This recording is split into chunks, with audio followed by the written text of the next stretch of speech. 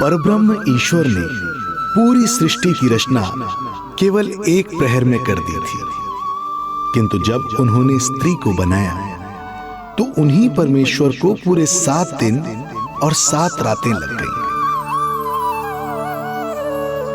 क्योंकि उन्हें स्त्री के व्यक्तित्व में मां बनने की अद्भुत क्षमता का निर्माण करना था, जो अपने तन को असहनीय पीड़ा देकर उसमें से एक नए जीव को जन्म देती है, जो अपने रक्त को दूध बनाकर अपनी संतान का पोषण करती है। वो एक मां ही होती है।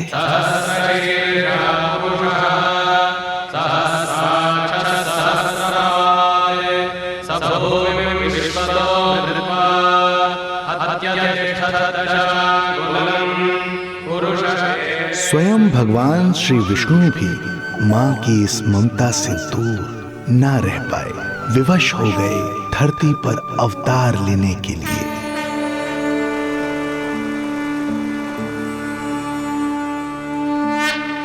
शांताकारं भुजगशयनं पद्मनाभं सुरेशं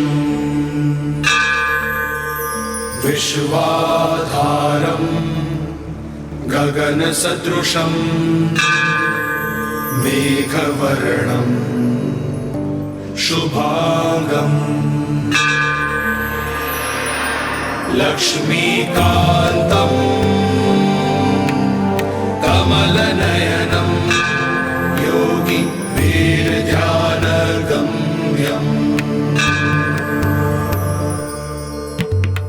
वन्दे विष्णुं भवभयहरं सर्वलोकैकनाथम्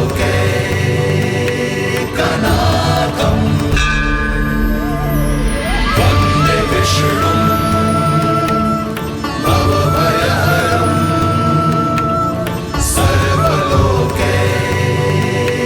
सर्वलोकैकनाथम्।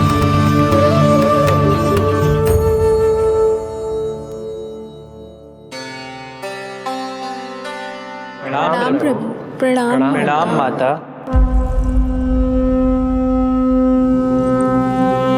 माता, प्रभु, दुष्कंस के अत्याचार दिन पर दिन बढ़ते ही जा रहे हैं।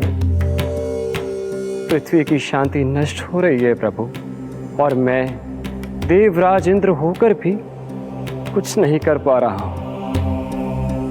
आपके प्रताप से मैं भूमि अनंत काल से समस्त विश्व का भार उठा रही हूँ, किंतु प्रभु अब दुष्टता इतनी बढ़ चुकी है कि मैं सहन नहीं कर पा रही हूँ।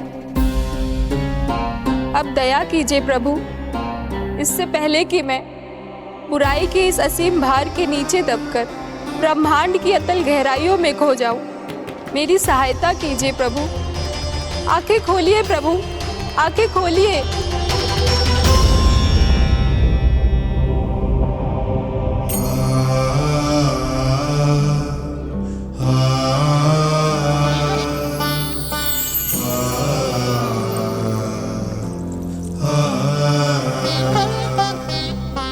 चिंता मत कीजिए, समय की पुकार को अनसुना नहीं करूंगा। मैं आप सबका कष्ट हरूंगा।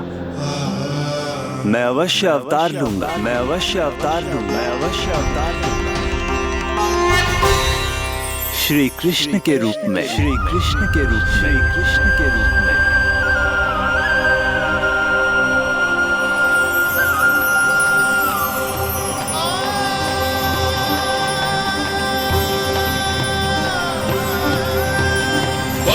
वसुदेवसुतं देवं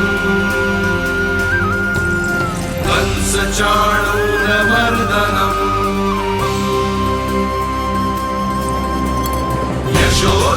यशोदपरमानन्दम्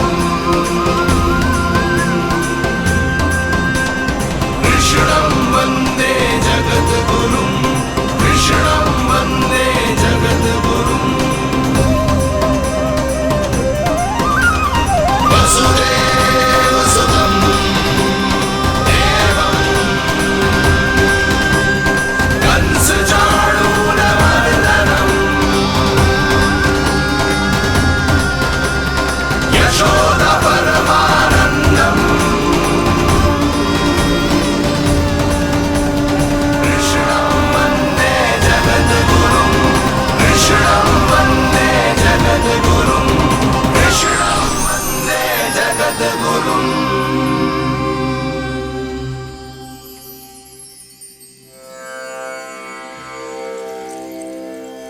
कंस का वध करूंगा। ऐसी परिस्थितियां उत्पन्न करूंगा जिनके कारण इस काल का सबसे बड़ा युद्ध होगा। कुरुक्षेत्र के मैदान में मैं सभी अत्याचारियों को एक साथ समाप्त करूंगा और इस प्रकार मैं भूमि देवी का भार अवश्य हल्का करूंगा। मैं धन्य हुई प्रभु। हम धन्य हुए प्रभु। किंतु ये सब मेरे अगले अवतार के प्रमुख कारण नहीं है। तो फिर प्रभु? मेरे अगले अवतार का सर्वप्रथम और सर्व प्रमुख कारण है मां के अलौकिक प्रेम का अनुभव करना। मैं मां की ममता के सभी रूपों का आनंद लेना चाहता हूं। उसके हाथों से भोजन करना, उसके अंग से लिपट जाना, लोरियां सुनना, संसार के सभी संकटों से सुरक्षित उसकी गोद में सोना, उसे मां मां कहकर पुकारना, सांसारिक विषयों के बारे में उससे जानना,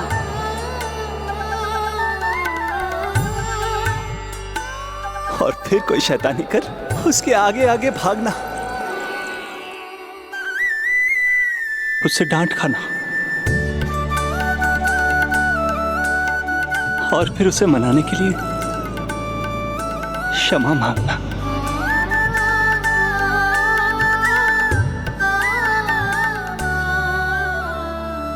कितना आनंद आएगा जब वो मुझे दंड देने के लिए मेरे पीछे पीछे दौड़ेगी और मैं उस डर से सभी दिशाओं में भागता फिरूंगा। और फिर जब वो थककर हाँफते हाँफते रुक जाएगी तो मैं स्वयं उसके पास जाऊंगा, उसकी ममता भरी गोद में समा जाऊंगा।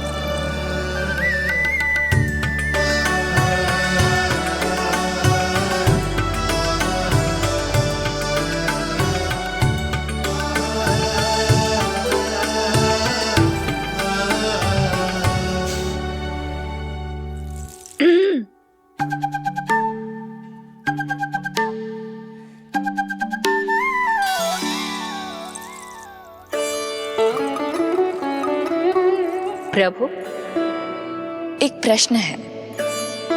माँ और संतान के अद्भुत रिश्ते के इस आनंद को आप किसके साथ अनुभव करना चाहते हैं?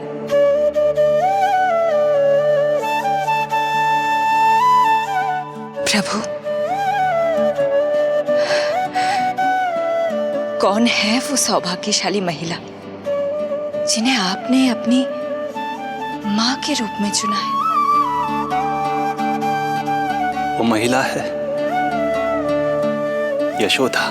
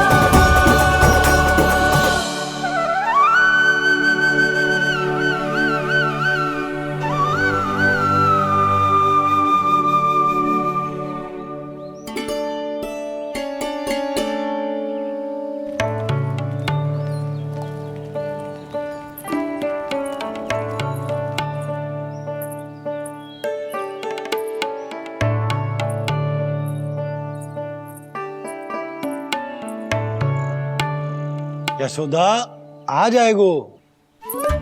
आपके जैसा बड़ा ना है कि रास्ता ढूंढते हुए अपने आप घर लौट आएगो। बस 6 महीने का बालक है, अबोध है। हे नारायण, क्षमा करना, अपने पति देव से ऊंची स्वर में बात कर ली मैंने।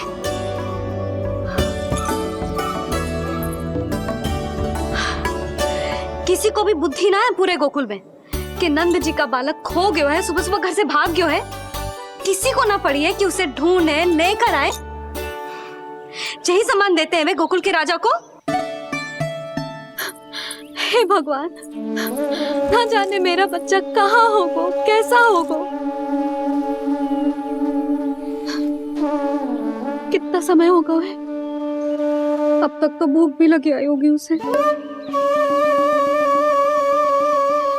आप क्यों रुक गए? आप खाओ। हाँ हाँ, आप खाओ, आनंद से खाओ। आपको तो कुछ चिंता ही ना है। माँ ही तड़पती है अपनी संतान के लिए।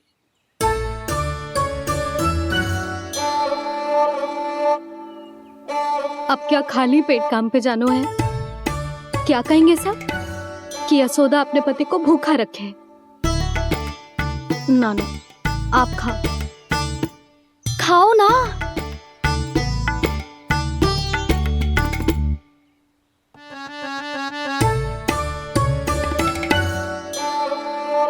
गुड़ के लड्डू कितने पसंद है उसे, कब से बना के रखे हैं। यशोदा, तुम स्वयं क्यों नहीं जाकर ढूंढती उसे? लड्डू भी खिला दियो और घर वापस भी ले आएंगे। जाओ, शीघ्र जाओ।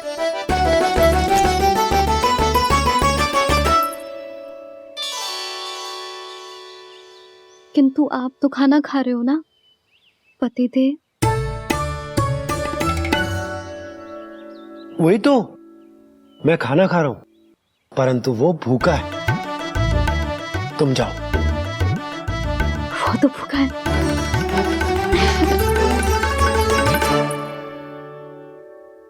ये बनेगी श्री हरि के अगले अवतार की माँ।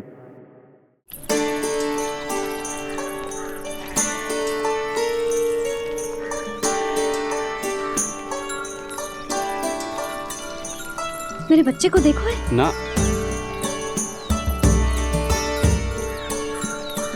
काकी, मेरे बच्चे को देखो है।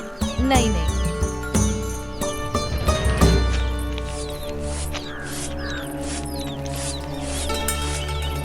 सुमति, मेरे बच्चे को देखो है क्या कहीं? नहीं तो। ना देखो। जानकी, प्रभावती, मेरे बच्चे को देखो है कहीं?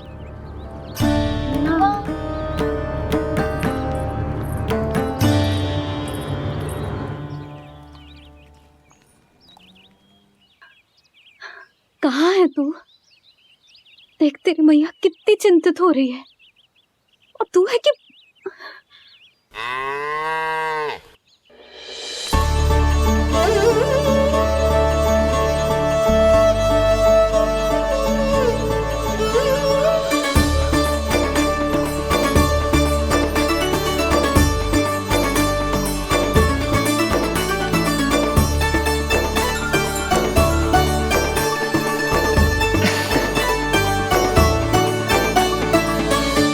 हाँ, अभी तक मैया यशोदा का लाडला यही है, 6 माह का बछड़ा। इसी पर ये अपनी सारी ममता न्योछावर करती हैं। तू फिर भाग गो। प्रतिदिन का काम होगा है तेरा। मैंने कही थी ना, मेरे बिना, अपनी मैया के बिना कहीं ना जानो है। ये संसार कितना भयानक है, कुछ मालूम है तुझे? दुष्ट भरे पड़े चारों ओर। वाह, दुनिया की अनोखी मैया और उसका अनोखा बालक, जो कि बालक है ही ना, गाय का बछड़ा है।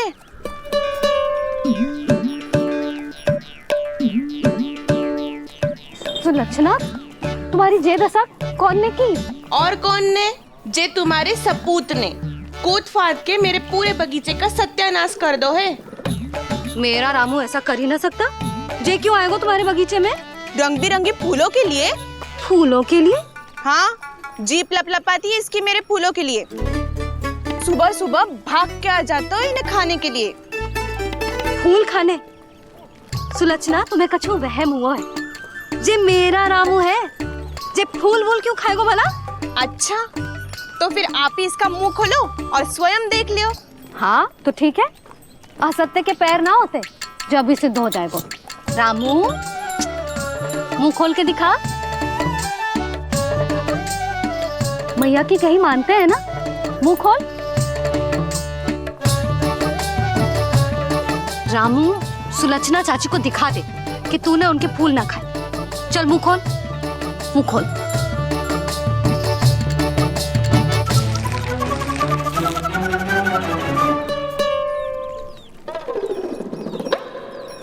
हाँ हाँ देख लो, इसने कुछ ना खाया है। हाँ हम चल रहे हैं। अरे पर मुझे भी तो देख लेने दो। सुलक्षणा, मैं नंद देव की पत्नी हूँ, तुम्हें क्या लगता है मैं असत्य बोलूंगी? ना ना जशोदा जी, लेकिन आप तो सिद्ध करने वाली थी ना। हाँ? हो तो गए हो सिद्ध। चल रामू, देर हो रही। अरे अरे वैसे रामू जी बहुत बुरी बात है, नंद जी का बालक चोरी कर दो। छी, जो अपनी वस्तु ना है उसे छूते भी ना है, समझ आई? जे करूंगी सुलक्षणा के यहाँ भरी टोकरी बेसन के लड्डू भिजवा दूंगी, प्रसन्न हो जाएगी। ये तो बड़ी चतुर है प्रभु। हाँ प्रभु, और जीवट भी है इनमें। बस यही देखा आप सबने? क्या आपने एक मां की चिंता नहीं देखी? प्रत्येक मूल्य पर अपनी संतान की रक्षा करने का स्वभाव नहीं देखा? या फिर असत्य भाषण करने पर अपनी भूल सुधारने की व्यग्रता नहीं देखी? कोई बात नहीं, मैं बताता हूं यशोदा क्या है। यशोदा पवित्रता की प्रतिमूर्ति है, विश्वास का आधार सुरक्षा की भावना है, ममता का मूर्त रूप है वो, वात्सल्य की गंगा है, भावनाओं का बहता हुआ निर्झर है। यशोदा अपने आप में परिपूर्ण है। यशोदा मां है। प्रभु, मां यशोदा निश्चित ही अद्भुत है, जिनके यहाँ आप पुत्र बनकर जाना चाहते हैं, उन्हें तो असाधारण होना ही है। किंतु प्रभु, आपके दिए हुए वचन के अनुसार आपको देवी देवकी का पुत्र बनकर जाना है, तो फिर आप एक ही जन्म में दोनों माताओं के पुत्र कैसे बन सकते हैं? आपका प्रश्न उचित है इंद्रदेव। पूर्व काल में प्रजापति सुतप्पा और उनकी पत्नी प्रश्नी ने मेरी घोर तपस्या की थी। उनके आग्रह करने पर मैंने उन्हें वरदान दिया था कि जब वो देवकी और वसुदेव के रूप में पृथ्वी पर आएंगे, तब मैं उनका अष्टम पुत्र कृष्ण बनकर जन्म लूंगा। पर मैया यशोदा के वात्सल्य प्रेम ने मुझे दुविधा में डाल दिया, क्योंकि वो भी तो पिछले जन्म से ही है ना। पिछले जन्म से?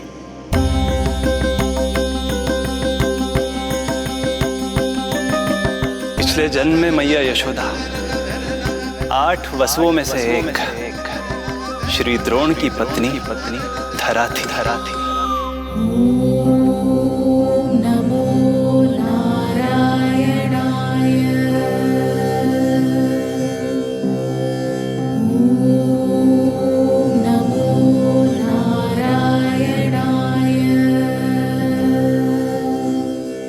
दोनों सहस्त्रों वर्षों तक निरंतर मुझे पुत्र रूप में पाने की मनोकामना के साथ घोर तपस्या करते रहे। अपने तप में वो दोनों इतने लीन थे कि प्रकृति की कोई भी शक्ति उनका ध्यान भंग नहीं कर पाई। किंतु फिर एक दिन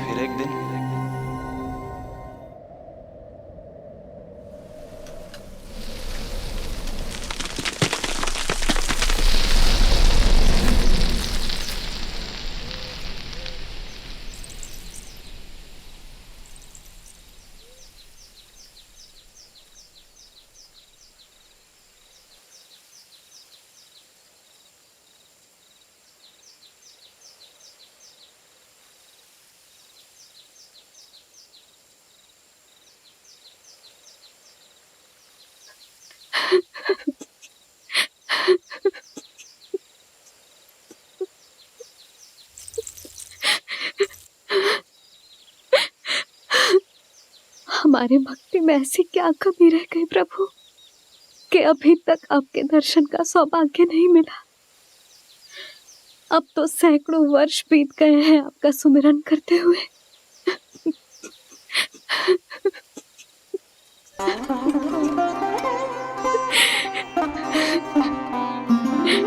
साचा सुमिरन सबसे हरि का, साचा है हरि नाम। साचा सुमिरन सबसे हरि का, साचा है हरि नाम।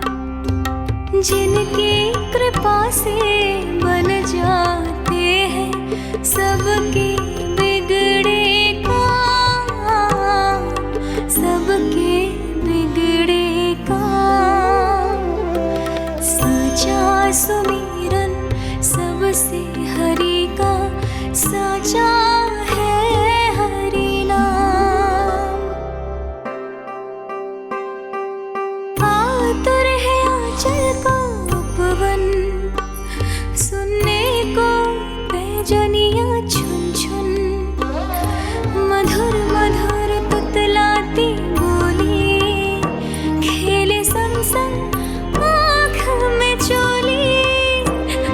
मेरे मुख पे भी वे दो प्रभु, ममता भरी मुस्कान। साचा सुमिरन सबसे हरि का, साचा है हरि नाम। भक्त बिना भगवान है जैसे, माता बिन संतान के वैसे। हरि बिन मेरा जीवन सूना, भगवान लाज मेरी रख लो ना। भगवान लाज मेरी रख लो ना।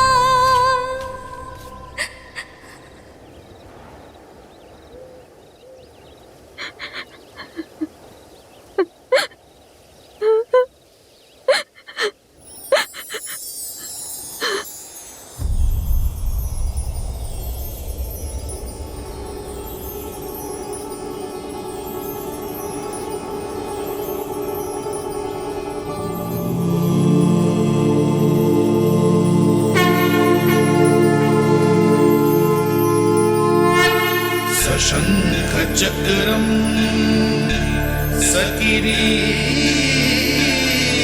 कुंडलम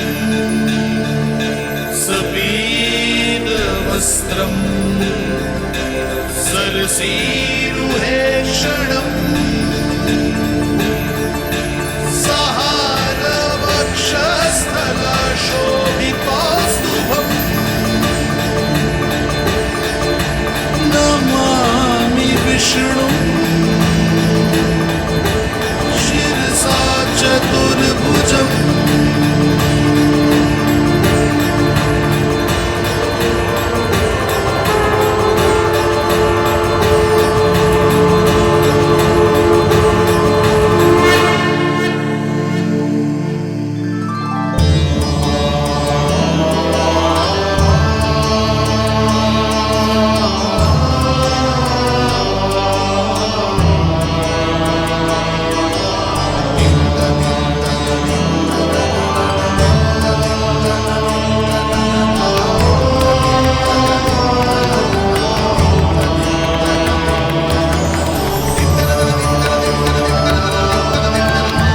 कहिए कहिए, क्या वरदान पाना चाहते हैं आप?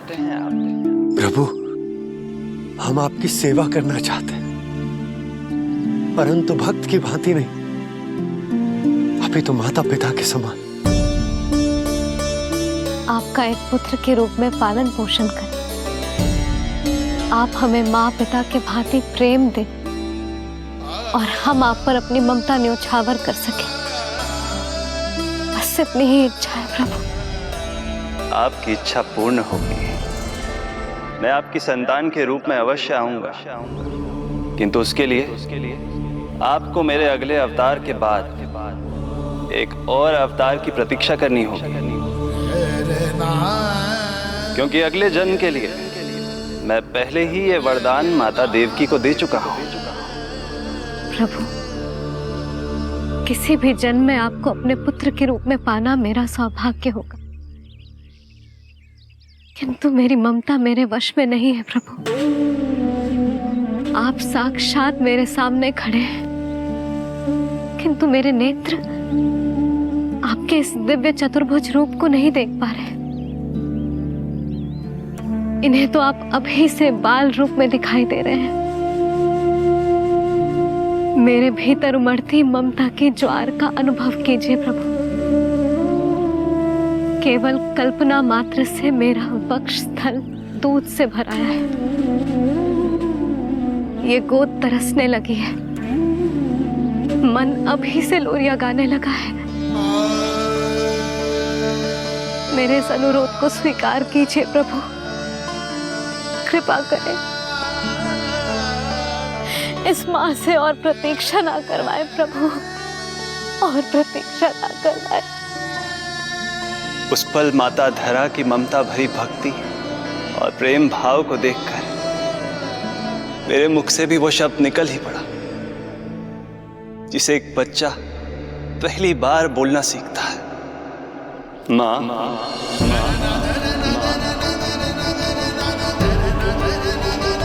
अब ये प्रतीक्षा केवल आपकी ही नहीं, मेरी भी होगी। मैं भी तरसूंगा आपका पुत्र बनने के लिए। इस समय मैं विवश हूँ, किंतु मैं आपको वचन देता हूँ, मैं आपकी संतान बनकर अवश्य आऊंगा, प्रभु,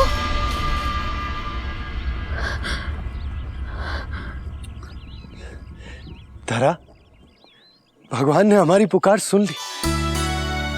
वरदान तो सभी भक्तों को मिलता है, परंतु हमें तो हरि का वचन मिला है। वो आएंगे, अवश्य आएंगे। अब हमें केवल उस शुभ दिन की प्रतीक्षा करनी है। अब और प्रतीक्षा नहीं होगी मुझसे।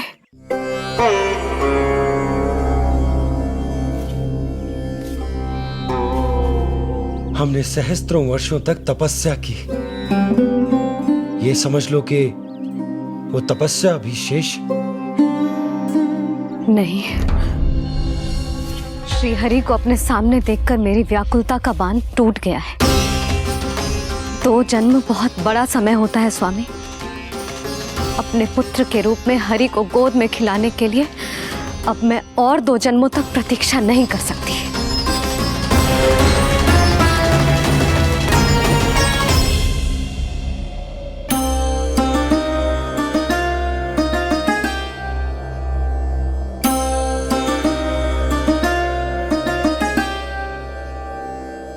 व्यर्थ हरि बिन जग ये सारा, व्यर्थ हरि बिन जीवन धारा।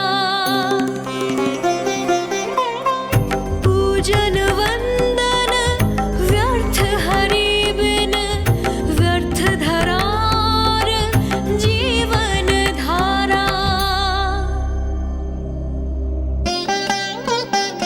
वरुण देव विनती सुन लीजिए, तन मेरा निर्जल कर दीजिए। हरि के बिन सारा जल तन का सागर सा हो गया है खारा। प्रभु, माता धरा की तपस्या का तेज अत्याधिक है। प्रकृति के पंचतत्व, 5 महाभूत इनकी पुकार सुनने के लिए विवश है।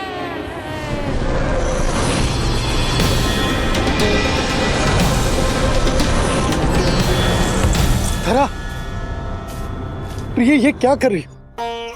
रुक जाओ। जठराग्नि सब दूर ये कर दो, अग्नि देव मेरे ताप को हर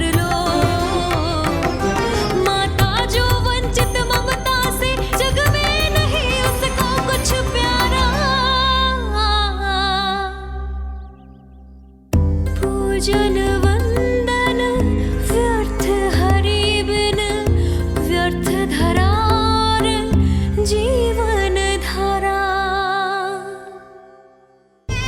प्रभु, यदि अग्निदेव अपना अग्नि तत्व वापस ले लेंगे तो इनकी पाचन शक्ति नष्ट हो जाएगी और जीवित रहने के लिए शारीरिक तापमान भी अति आवश्यक होता है। यदि वही विलुप्त हो गया तो धरा, तुम्हें मेरी सौगंध मत करो ये। हे भूमाता आकृति दाता, मिथ्या है ये माटी का ढांचा। माटी मुक्त करो इस तन से, जब ना मिला हरि का सहारा। प्रभु, भू तत्व ही तन को भार देता है, उसके बिना ये तो पूरी तरह से ढह जाएंगी। धरा, धरा, ये क्या हो गया? बस करो अब। प्रभु, कुछ कीजिए। मैं संसार का संचालक हूं देवी। नियमों का पालन करने के लिए मैं भी बाध्य हूं। जो वचन मैं पहले ही माता देवकी को दे चुका हूं, यदि मैं चाहूं तो भी उसे तोड़ नहीं सकता।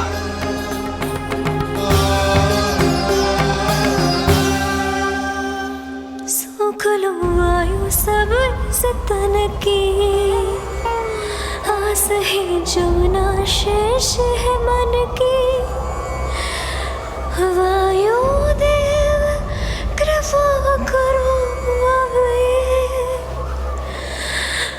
रोक दो इन श्वासों की धारा।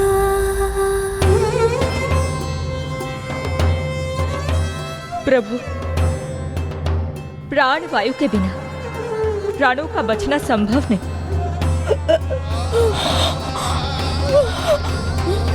धरा, धरा, धरा, धरा, बस करो अब। क्या तुम अपनी सुध-बुध खो चुकी हो? तुम्हारे प्राणों में मेरे भी प्राण बसते हैं प्रिय। रुक जाओ। हे आकाश देव, तुमको मेरा अंतिम प्रणाम। अंतरात्मा लीन करो मेरी, लेके श्री हरि का नाम।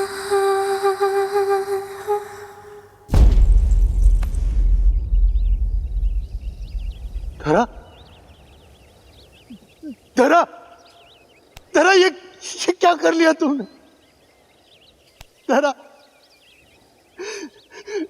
कोई है, कोई है, सहायता कीजिए। धरा, जल, धरा, तुम चिंता मत करना, मैं यही हूं। मैं 2 क्षण में जल लेकर आता हूं।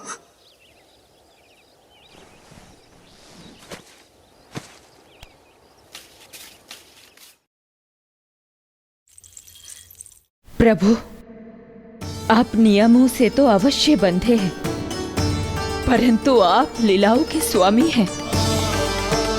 कोई तो उपाय निकालिए। आपने इन्हें माँ कहकर पुकारा है। माँ की प्राण रक्षा पुत्र नहीं करेगा तो और कौन करेगा?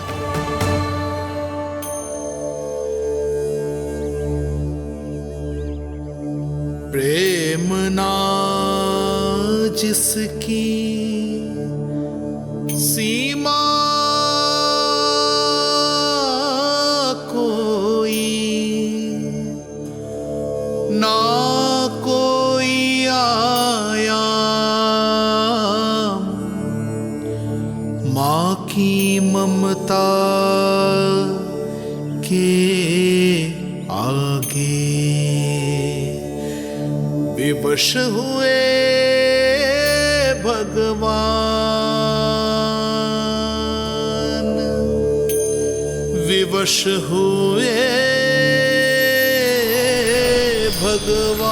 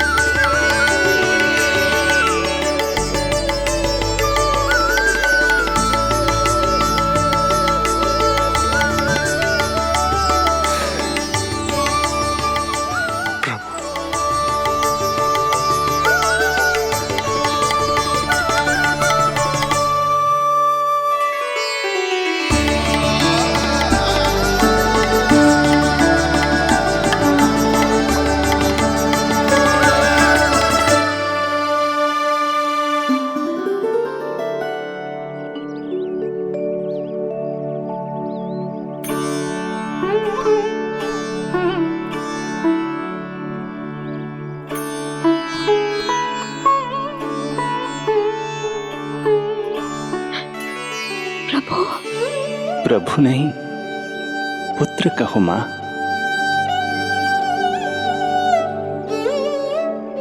पुत्र, मेरा पुत्र, मेरा पुत्र।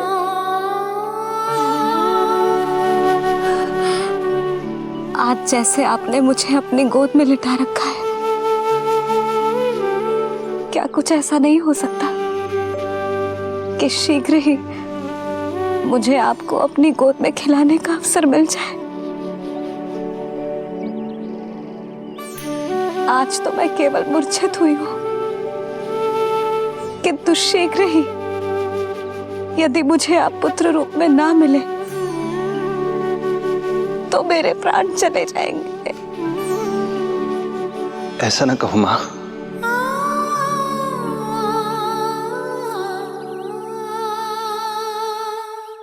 माता देवकी को मैं पहले ही वचन दे चुका हूं, इसलिए विधि के विधान के अनुसार मुझे उन्हीं का पुत्र बनकर जन्म लेना होगा।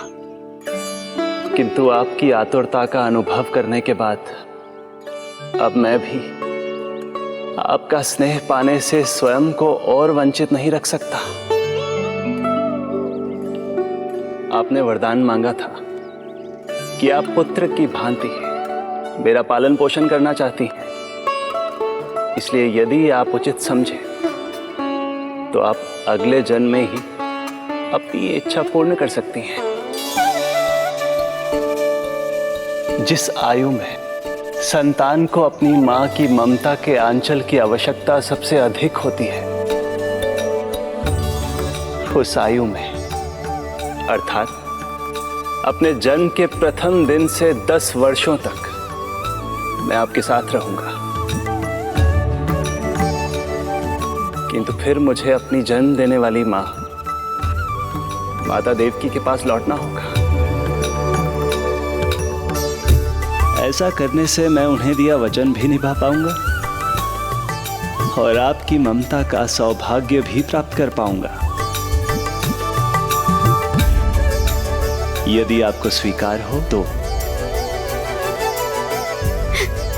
स्वीकार है प्रभु, सहर्ष स्वीकार है। एक माँ और पुत्र का नाता केवल उसके कोख से जन्म लेने से ही नहीं बनता, ये नाता तो ममता से बनता है। और मैं अपनी ममता आप पर न्यौछावर करने के लिए आतुर हूं। यशोमती मैया के नंद लाला,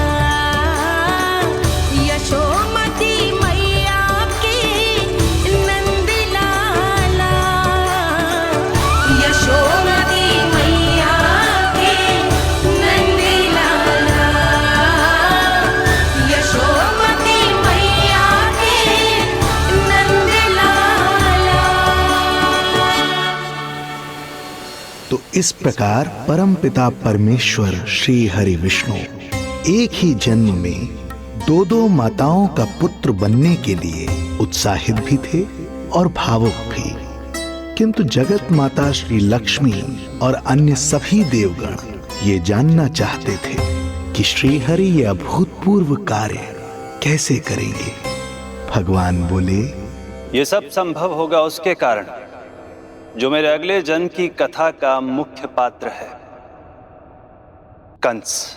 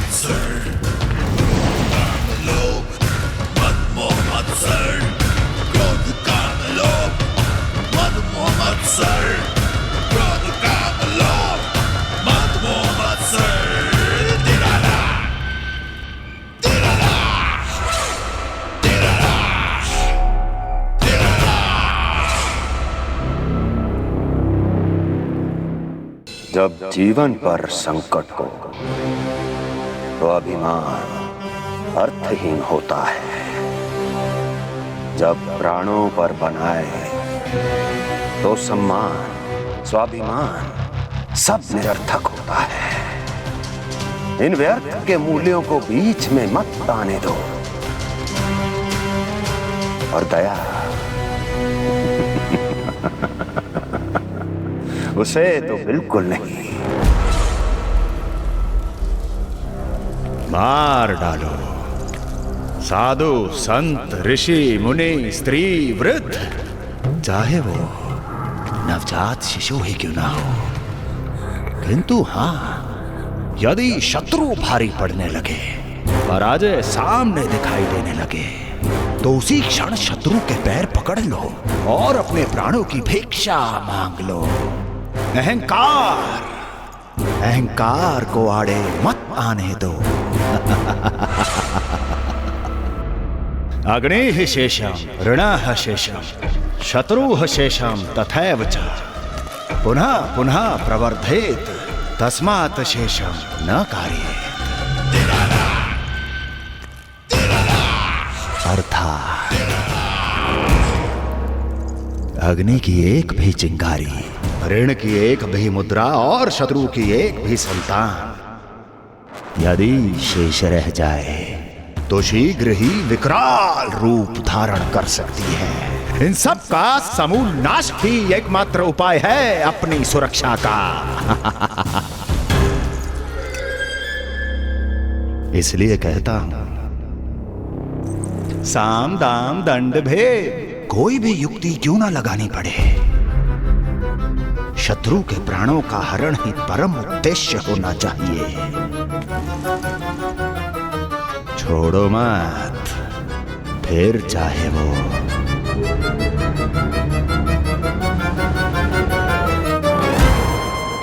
विष्णु ही क्यों ना हो।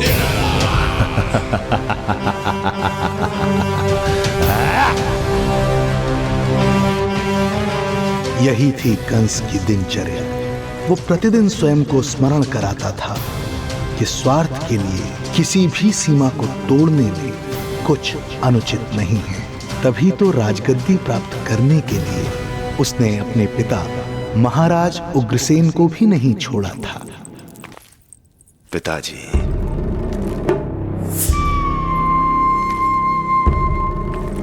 हो सके तो मुझे क्षमा कर दीजिएगा। कल्पना भी नहीं की थी कि मैं आपके साथ ऐसा व्यवहार करूंगा।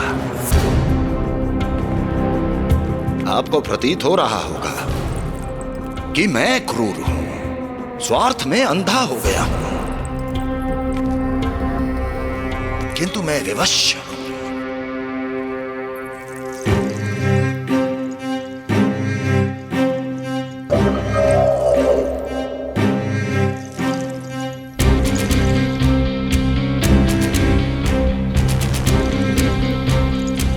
आज से सत्ता का ये भार अब मुझे उठाना पड़ेगा पिताजी, क्योंकि आप तो अत्यंत दयावान हैं। अपनी आवश्यकता से अधिक प्रेम आपको अपनी प्रजा से है, किंतु मैं ऐसा नहीं। मैं अपने शत्रुओं का काल हूं, तभी तो मेरे प्रति दुर्भावना रखने वाले मेरे सम्मुख आने से पहले थर थर कांपते हैं। इसलिए मथुरा का राज सिंहासन मेरे साथ अधिक सुरक्षित रहेगा, क्योंकि मैं आपसे अधिक उपयुक्त हूं पिताजी। मेरा विश्वास कीजिए। हृदय पर गोवर्धन पर्वत रखकर मुझे यह निर्णय लेना पड़ रहा है पिताजी।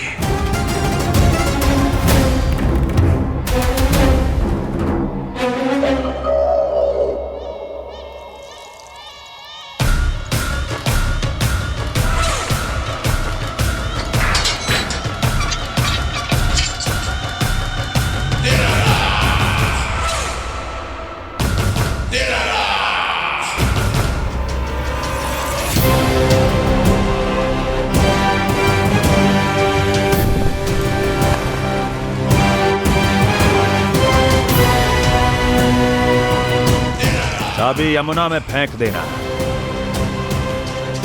कोई कितना भी क्रूर, कठोर राक्षस ही क्यों ना हो, किसी न किसी के लिए उसके हृदय में भी प्रेम उपजता ही है। कंस भी इस नियम का अपवाद नहीं था। इस संसार में एक जीवात्मा ऐसी भी थी जिसे वो स्वयं से भी अधिक स्नेह करता था, और वो थी उसकी लाडली बहन देवकी।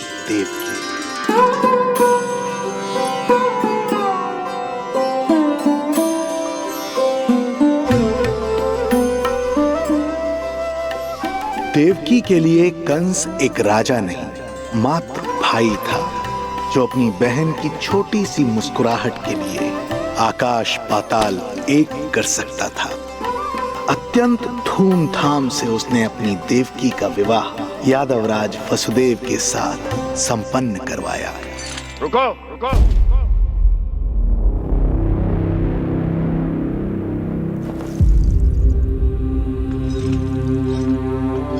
ये आप क्या कर रहे हैं? आप मथुरा नरेश हैं? नहीं कुंवर जी, आज मैं मात्र वो भाई हूं जो अपनी प्रिय बहन के साथ बस कुछ क्षण और व्यतीत करना चाहता है। कंस के हृदय में देवकी के लिए उमड़ता प्रेम का सागर तब अचानक सूख गया जब उसने ये आकाशवाणी सुनी। महापापी अत्याचारी कंस,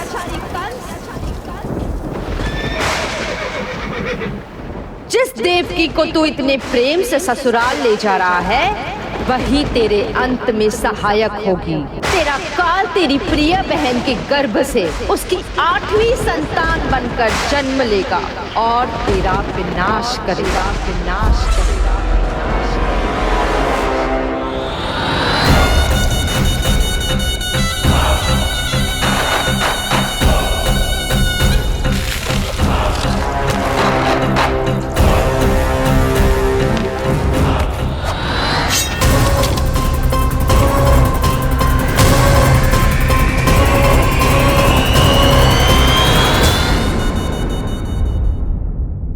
कौन है आप? मुझे आपसे भय लग रहा है। आप मेरे भैया नहीं हो सकते। सही कहा तूने। जो मेरे विनाश को जन्म दे उस कुल घातिनी से मेरा कोई संबंध नहीं। महाराज, रक्त के संबंध क्रोध की अग्नि में मत झुलसाइए। जिस बहन को आपने बचपन से आज तक इतना प्रेम दिया, क्या वो आपके विरुद्ध किसी षड्यंत्र में सहायक हो सकती है? भला हमारी संतान आपका विनाश क्यों करेगी? अपनी नवविवाहित बहन पर कृपा कीजिए महाराज। अपने पुरुषार्थ से आपने कितने असुरों को युद्ध में पराजित किया है। आज वो सब दरबारी बनकर आपकी सेवा करते हैं। ये महापराक्रमी कंस, यदि वो मायावी असुर आपको हानि नहीं पहुंचा पाए, तो ये आपकी बहन आपका क्या बिगाड़ सकती है? दया कीजिए महाराज, दया कीजिए। आप बीच में मत पड़िए कुंवर जी। सुना नहीं क्या? इसकी 8वीं संतान मेरा वध करेगी। जब मां ही नहीं बचेगी तो 8वीं संतान के जन्म का तो प्रश्न ही नहीं उठता। यदि ऐसा है तो आप मुझे मार दीजिए। जब मैं ही जीवित नहीं रहूंगा तो देवकी की संतान होने की संभावना ही समाप्त हो जाएगी। अपने बहनोई की हत्या का पाप मैं नहीं कर सकता। और बहन की हत्या का पाप कर सकते हैं? जिसे जीवन भर प्रेम दिया है उसके प्राण लेने का अधिकार है मुझे। प्रिय भैया, यदि आपको इस विषय में इतना संदेह है तो आप हमारी 8वीं संतान के प्राण ले लीजिएगा। बल्कि 8वीं संतान ही क्यों, उसका जन्म होने तक हमारी सभी संतानों का वध आप स्वयं अपने हाथों से कर लीजिए। स्वामी! हे मथुराधिपति, मेरी पत्नी को प्राण दान दे दीजिए। मैं महाराज शूरसेन का पुत्र वसुदेव आपको वचन देता हूं, अपनी 8 संतानों को जन्म लेते ही स्वयं आपके सामने प्रस्तुत करूंगा। अपनी 8 संतानों को जन्म लेते ही स्वयं आपके सामने प्रस्तुत करूंगा।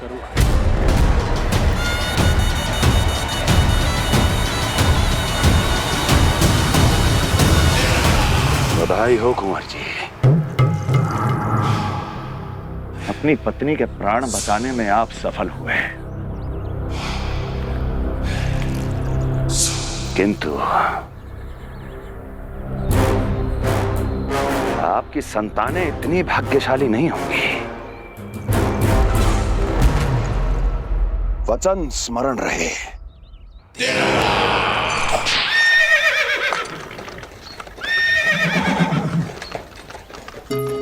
इस तरह रक्त की प्यासी कंस की तलवार की छाया में देवकी और वसुदेव का वैवाहिक जीवन प्रारंभ हुआ।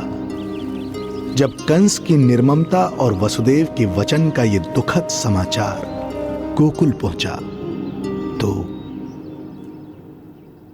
हे नारायण, अर्थात राजा वसुदेव यदि कंस के सामने गिड़गिड़ाते नहीं तो रानी देवकी के प्राण चले जाते। हाँ नंदराज, और अब वो दोनों कंस के महल में हैं, किंतु वो महल भी उनके लिए किसी बंदी गृह से कम नहीं है।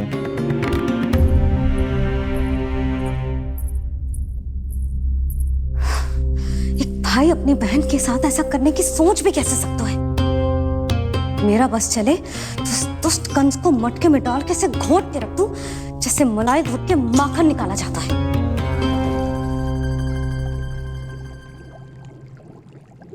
ना, माखन ना, जे कंस तो कीड़ा है, इसे तो पटक पटक के ऐसे मारना चाहिए जैसे कीड़ा निकालने के लिए धान के गट्ठर को पटका जाता है।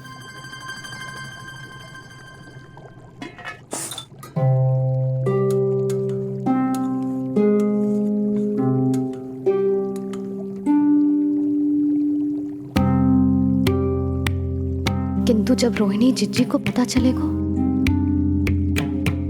तो वो तो अपने आप को ही दोष देंगे, क्योंकि बालक ना होने के कारण उन्होंने ही वसुदेव जी को राजकुमारी देवकी के साथ दूसरा विवाह करने पर विवश किया था। हे ईश्वर, जिस सुख के लिए रोहिणी जिज्जी ने पत्नी जीवन का सबसे बड़ा त्याग किया था, जब उन्हें पता चलेगा कि वही सुख उस क्रूर कंस ने छीन के मटिया मेट कर दिया है, तो कितना कष्ट पहुंचेगा।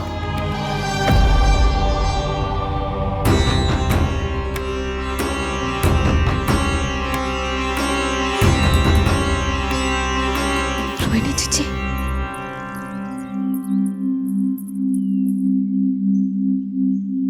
गोप नरेश, कृपया मुझे अपने भैया के पास ले चलिए।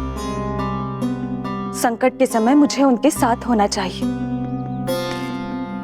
किंतु भाभी, पता चलो है वसुदेव भैया और देवकी भाभी कंस के महल में कड़े पहरे में रखे गए। पति पत्नी एक दूसरे का संबल होते हैं। कंस का पहरा कितना भी कष्टदायक क्यों ना हो, इस समय उन्हें और बहन देवकी को मेरी आवश्यकता है।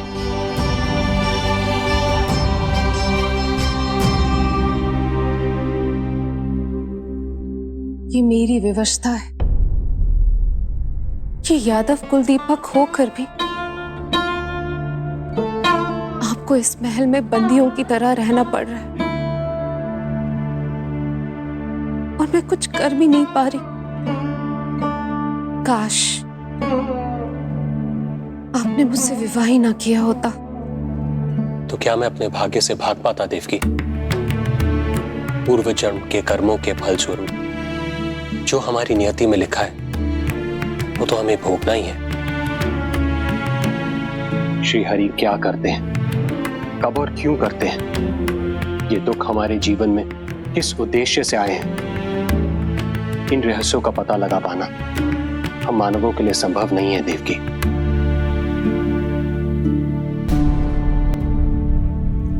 तो फिर चलिए यहां से भाग चलते हैं, कहीं ऐसे स्थान पर जहां भैया की छाया भी हम पर ना पड़ सके।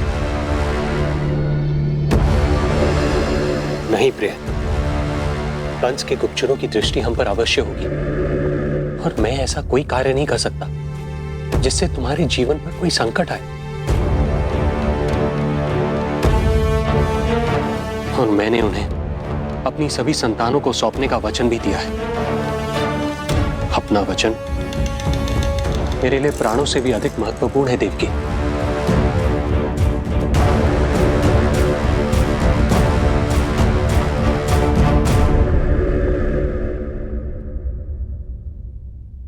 राजन, राजकुमारी, गोकुल से रानी रोहिणी और गोपराज नंद पधारे हैं।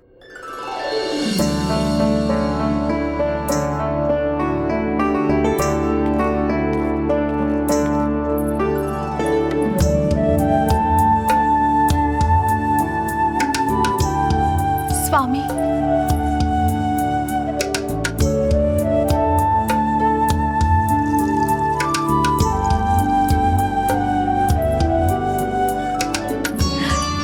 बहन, दीदी,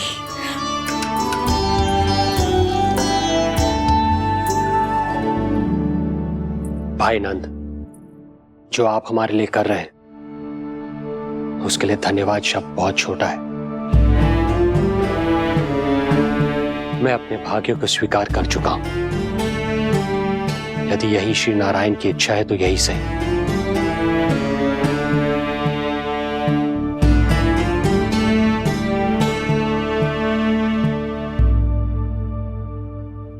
भाई नंद, इस समय मथुरा का वातावरण अनुकूल नहीं है, आपको जाना चाहिए।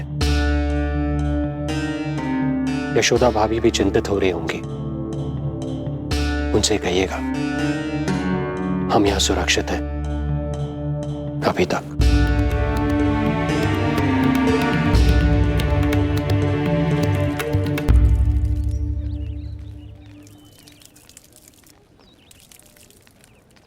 वसुदेव भैया का भाग्य पर भरोसा देख वे अपनी संतानों को कंस को अवश्य सौंपेंगे। ईश्वर, इतना कठोर वचन, जब इसे निभाने का कठिन समय आएगा तो कैसा अनुभव करेंगे वे? उनका हृदय तो चकनाचूर हो जाएगा।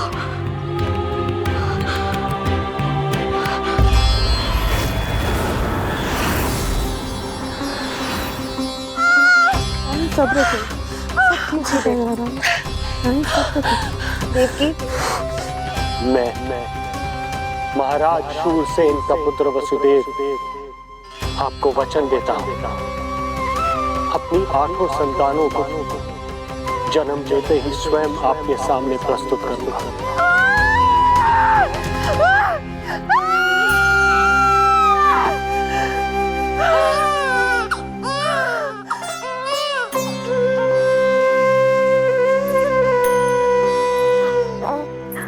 बधाई हो स्वामी, आपको पुत्र रत्न प्राप्त हुआ है।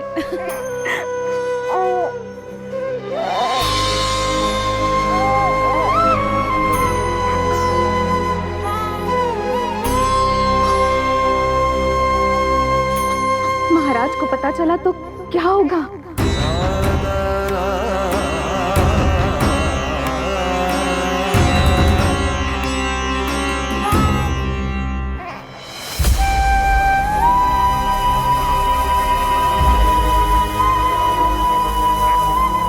अपने पुत्र को इन हाथों में थामना। कितने वर्षों से इस पल की प्रतीक्षा कर रहा था मैं, और आज जब यह पल आया है, मेरी आंखों में दुख के आंसू हैं।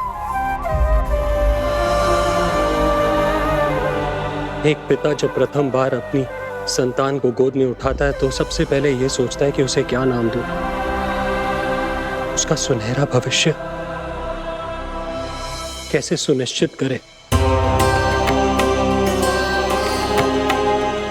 किंतु मैं वो भाग्यहीन पिता हूं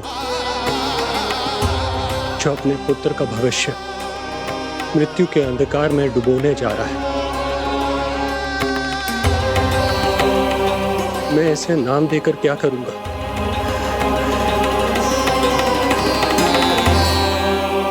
क्या आपके वचन का महत्व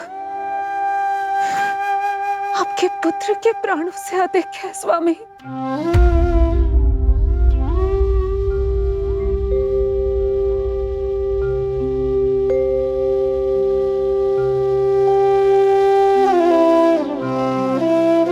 श्री नारायण का दूसरा नाम सत्य होता है देवकी। तुम ही कहो, मैं श्री नारायण से विमुख कैसे हो जाऊं? मुझे अपना वचन निभाना ही होगा।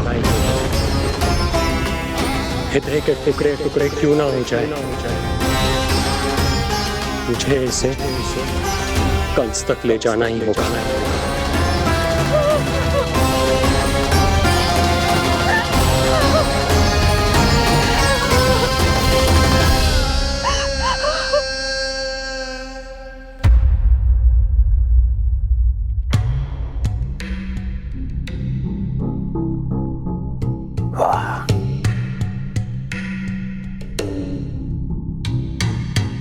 इतना स्वादिष्ट भोजन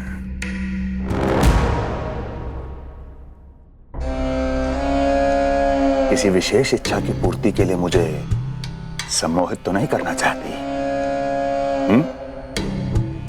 मुझे पति के रूप में प्राप्त कर तो चुकी हो, अब प्राप्त करने को क्या क्या बचा है प्राप्ति?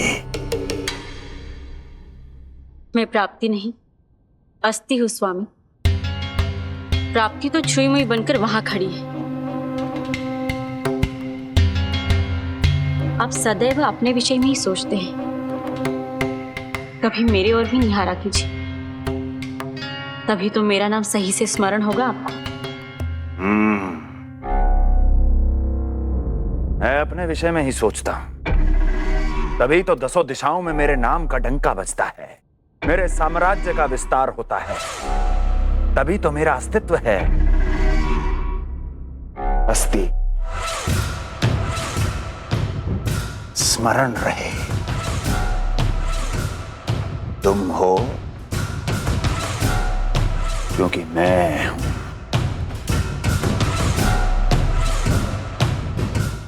वन में यदि सिंह न हो तो उसके आश्रिति पर गीदड़ भी आक्रमण कर देते हैं।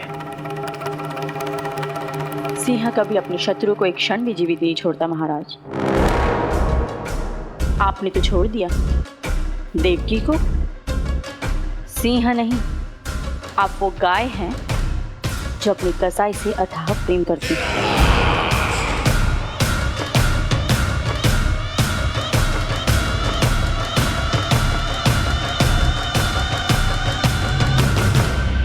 सभी संतानों को जन्म लेते ही मेरे पास लेकर आएगा, ये वचन दिया है वसुदेव ने मुझे। तो फिर आया क्यों नहीं महाराज? प्रथम शिशु का जन्म तो हो चुका है।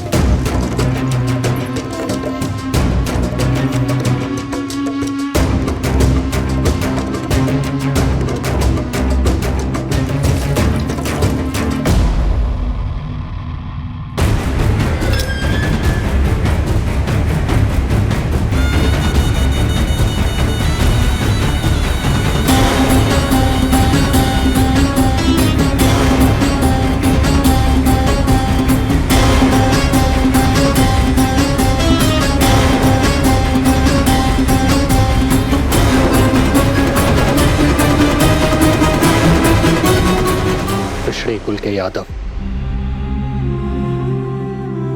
अपना वचन मिथ्या नहीं होने देते महाराज।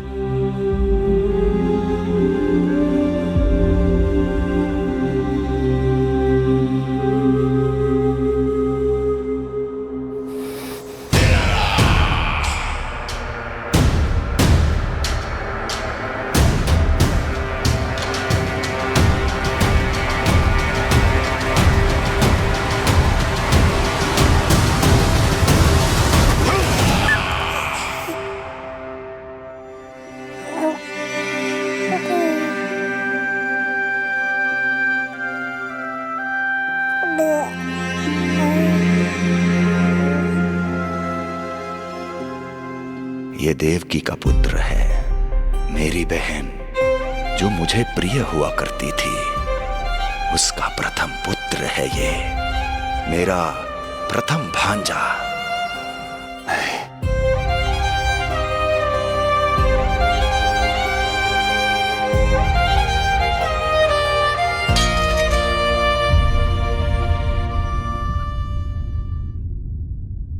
इसे वापस ले जाइए कुंवर जी।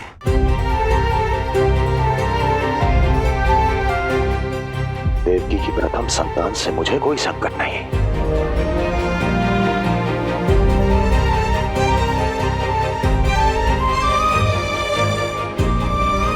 और आपको क्या लगता है कुंवर जी कि मैं कोई राक्षस हूं क्या?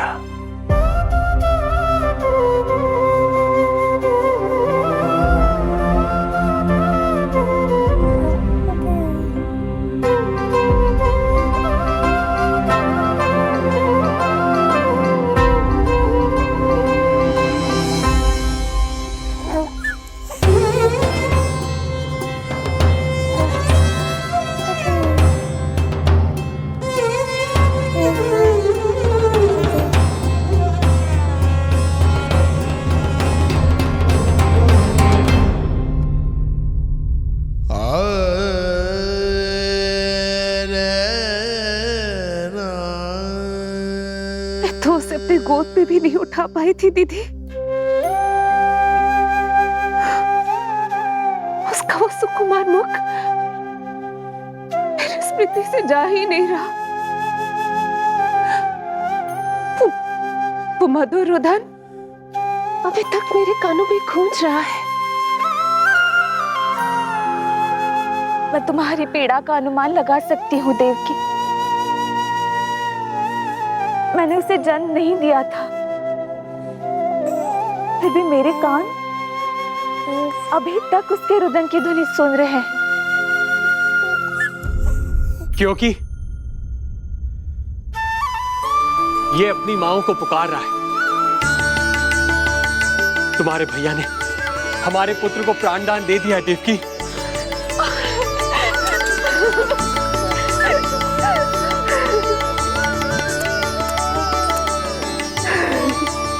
स्वामी, अब अपने पुत्र का नामकरण कीजिए। इसे ऐसा नाम दीजिए कि इसका भविष्य यश और कीर्ति से परिपूर्ण हो। कीर्तिमान कीर्तिमान होगा इसका नाम।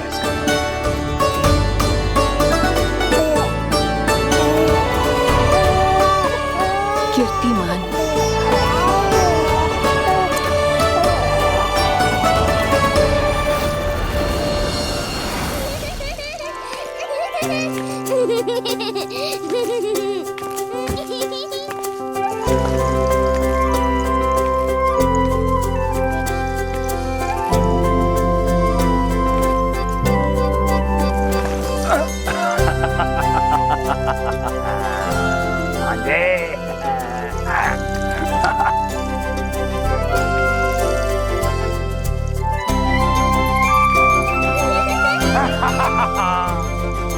भांजे भांजे, मामा से बचना असंभव है। मामा जी, आपकी भुजाओं में कितना बल है, मुझे पीड़ा हो रही है। मेरा दूसरा हाथ पकड़ लीजिए। तुझे पीड़ा हो रही है? ये ले।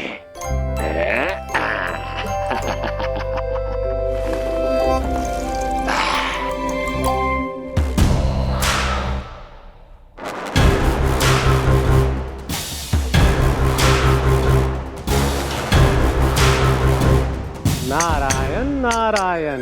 मामा जी मूर्ख बन गए, मामा जी मूर्ख बन गए, मामा जी मूर्ख बन गए। इतना दुस्साहस। जा खेल। अब मामा जो है देवर्षि के साथ मंत्रणा करेंगे। जा खेल। क्योंकि अत्यंत महत्वपूर्ण ना हो तो देवर्षि हमारे द्वार पर आने का कष्ट नहीं उठाएंगे। कहिए देवर्षि, कैसे आना हुआ? मैं तो बस आपको ये अद्भुत कमल पुष्प भेंट करने आया था महाराज। इसे देखते ही मुझे आपका स्मरण हुआ था। मानो ये मुझे पुकार कर कह रहा हो, मुझे महाराज कंस के पास ले चलिए। इसमें तो कुछ भी विशेष नहीं है देवर्षि। इसमें 8 पंखुड़ियां हैं महाराज, और 8वीं पंखुड़ी सबसे विशेष है। यदि विश्वास न हो तो आप स्वयं गिनकर देख लीजिए।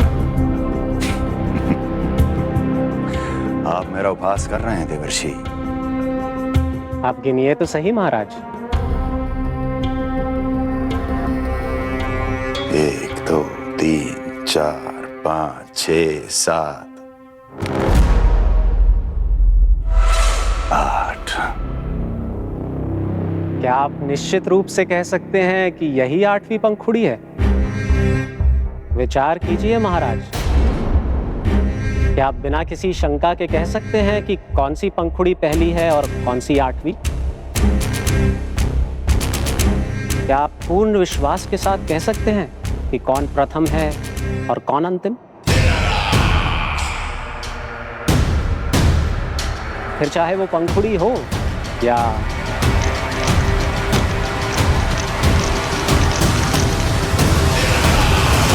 सावधान करने के लिए धन्यवाद देवर्षि। कंस के साथ धोखा करने वाले को अति भीषण दंड मिलेगा।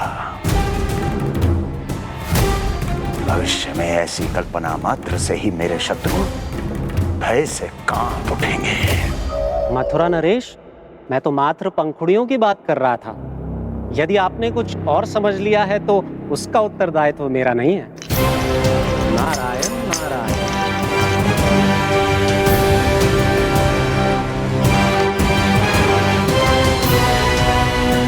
विचार कीजिए महाराज, क्या आप बिना किसी शंका के कह सकते हैं कि कौन सी पंखुड़ी पहली है और कौन सी आठवीं? क्या आप पूर्ण विश्वास के साथ कह सकते हैं कि कौन प्रथम है और कौन अंतिम?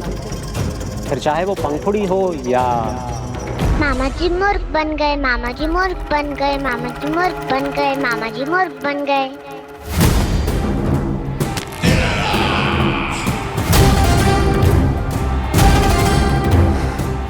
कंस को कोई मूर्ख नहीं बना सकता। कीर्तिमान।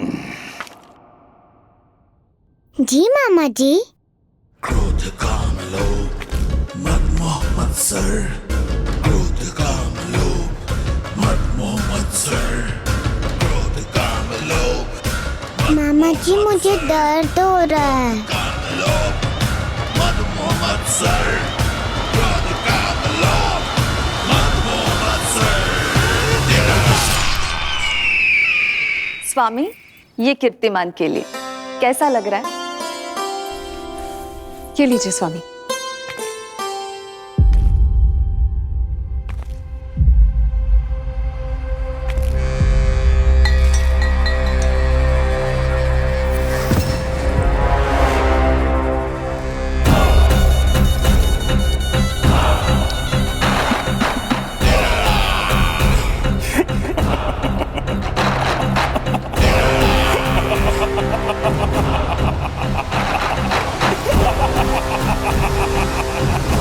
नेत्रों के सामने अपनी संतान की हत्या होते हुए देखना कितना पीड़ादायक रहा होगा ये दृश्य। किंतु प्रभु, यदि देवर्षि नारद कंस के हृदय में संदेह का बीज न बोते तो कंस ऐसा कभी नहीं करता। तो फिर उसे उकसाए ही क्यों देवर्षि ने? आप भूल गए देवराज, समस्त संसार में जो भी होता है मेरी इच्छा अनुसार ही होता है। यही प्रश्न नारद ने भी मुझसे पूछा था।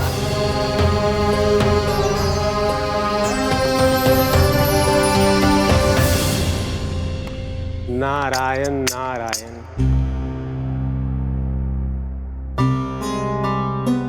छोटे से बालक की इतनी निर्मम हत्या और माध्यम बना मैं। प्रभु, ये कैसी लीला है आपकी? अभी तो देवकी की 5 और संतानों की हत्या होना शेष है नारद। अब से कंस शिशुओं के जन्म लेते ही उनकी हत्या कर देगा। यदि जन्म के तुरंत बाद ही मृत्यु होनी है तो जन्म का लाभ ही क्या है प्रभु? यही विधि का विधान है नारद। कीर्तिमान और शेष 5 बच्चे श्रापग्रस्त हैं। जन्म के कर्मों के अनुसार अल्पायु होना उनकी नियति है। उनकी मृत्यु के बाद ही शेषनाग के अंश के रूप में बलराम और मेरे अंश के रूप में श्री कृष्ण का अवतार संभव होगा। नारायण नारायण।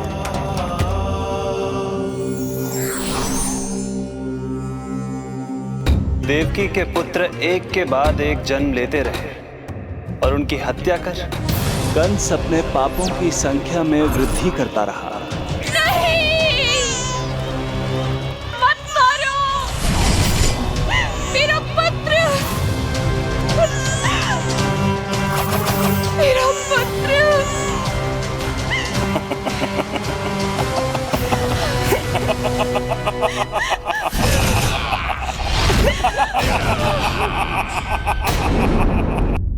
अब उसकी क्रूरता की कथा ऐसे मोड़ पर आ पहुंची जहां से वापसी असंभव है, क्योंकि अभी अभी उसने देवकी के छठे पुत्र का वध कर दिया है। हे प्रभु, कितना दुर्दांत है ये कंस। किंतु एक ही जन्म में एक